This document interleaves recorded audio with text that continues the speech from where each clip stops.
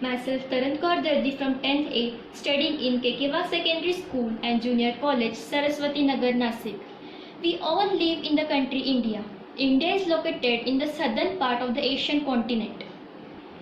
Being a citizen of India, it is quite essential for all of us to know about the physiographic divisions of India. Physiography means physical geography.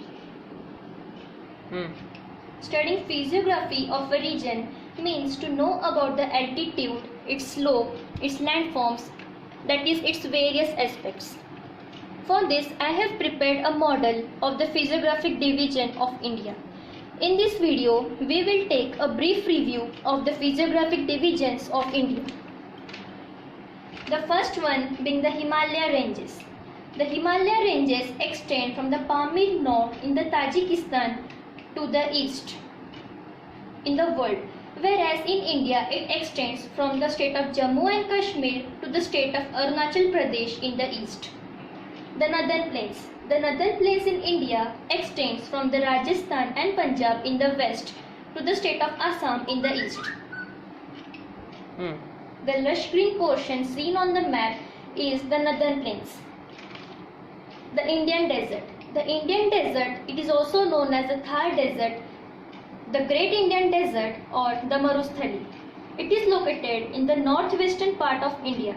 It extends between the Aravalli ranges in the northwest to the Rann of Kutch in the Gujarat. The next physiographic division is Deccan Plateau. It is the largest plateau in the Indian subcontinent. It is located between the two mountain ranges, the Western Ghat and the Eastern Ghats. The Eastern Ghats. The Eastern Ghats are the discontinuous mountain ranges along the eastern coast of India. It is more wider as compared to the Western Ghat. It runs in the northeast region to the southwest region of the Indian subcontinent. Western Ghats. Western Ghat is a mountain range which runs parallel north to south along the western coast of Indian peninsula. It is comparatively narrower than the Eastern Ghats. Talking about the island group, the next physiographic division of India. India has many small and large islands in the Indian subcontinent. Besides, there are two main large group of islands, Lakshadweep in the Arabian Sea and the Andaman Nicobar Islands in the Bay of Bengal. Most of the islands in the Arabian Sea are of the atoll islands, and most of the islands in the Andaman Nicobar group are of the volcanic type.